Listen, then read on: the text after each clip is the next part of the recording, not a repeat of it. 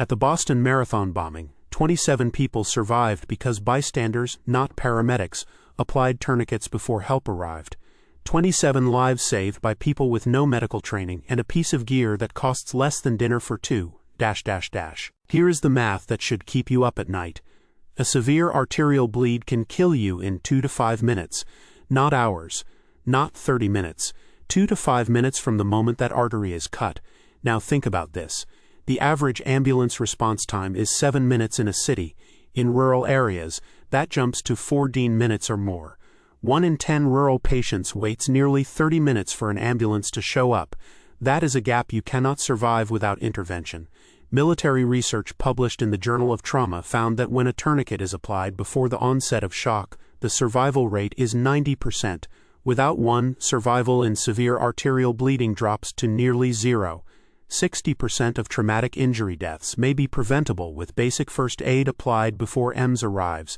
That is not my opinion. That comes from research by the University of Manchester and the British Red Cross. The single biggest factor in closing that gap is stopping catastrophic bleeding, and the single best tool for that job is a tourniquet, ... A tourniquet is a band that wraps around a limb and tightens until it completely stops blood flow past that point. That is it. It is not complicated and it is not scary. It is a strap with a windlass, which is a small rod you twist to create enough pressure to compress the artery shut. Here's when you use one. Severe bleeding from an arm or a leg that you cannot stop with direct pressure. If blood is spurting, pooling on the ground, or soaking through bandages within seconds, that is a tourniquet situation. Here is when you do not use one. Do not use it on the neck, the chest, or the torso. It only works on extremities. For a minor cut or a scrape, direct pressure and a bandage are all you need. The tourniquet is for the worst case, and the worst case is exactly when you need to act fast and act right. ...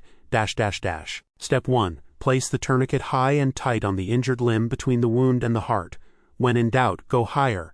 Place it over muscle, not over a joint. Do not put it on the elbow or the knee. Step 2. Pull the strap through the buckle and tighten it as much as you can by hand. Get it snug before you even touch the windlass. Step 3. Twist the windlass rod. Keep twisting until the bleeding stops completely, not slows down, stops. This is going to hurt the person. That is okay. Pain means they are alive. If they are unconscious and bleeding, tighten it anyway. Step 4. Lock the windlass into the clip so it cannot unwind. Make sure it is secure. Step 5. Write the time of application on the tourniquet or on the person's skin. Use a marker if you have one. EMS needs to know how long that tourniquet has been on.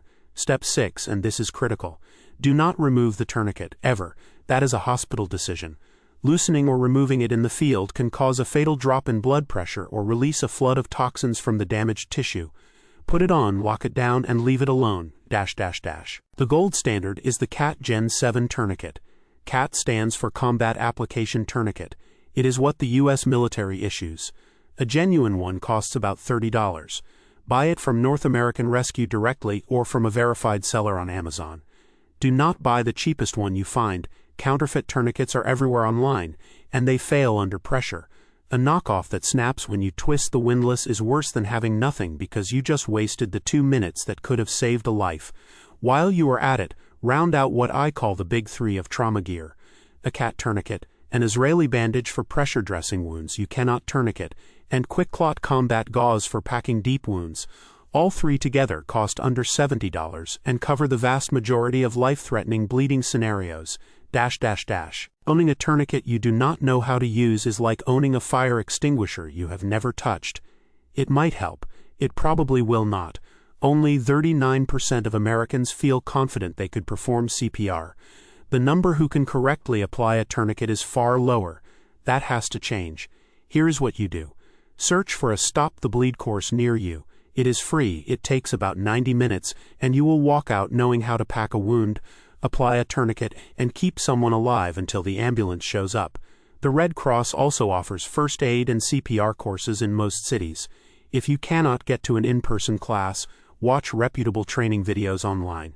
That is not as good as hands-on practice, but it is infinitely better than guessing in a crisis. Then take your tourniquet out of the package and practice on your own leg until you can do it smoothly and quickly. Build the muscle memory now, so your hands know what to do when your brain is running on adrenaline. I put together a free preparedness checklist at FlintReady.com that includes trauma gear recommendations and a lot more. If you want the full deep dive, the FlintReady Field Manual has a complete burns, breaks, and bleeding guide that walks you through every scenario step by step. $30 and 90 minutes of your time. That is what it costs to become the person who can save a life instead of the person standing there wishing they could. Subscribe so you do not miss the next one, and go get yourself a tourniquet this week. Not next month. This week. Estimated word count spoken. *** approximately 950. Estimated run time at natural pace. *** approximately 6 minutes.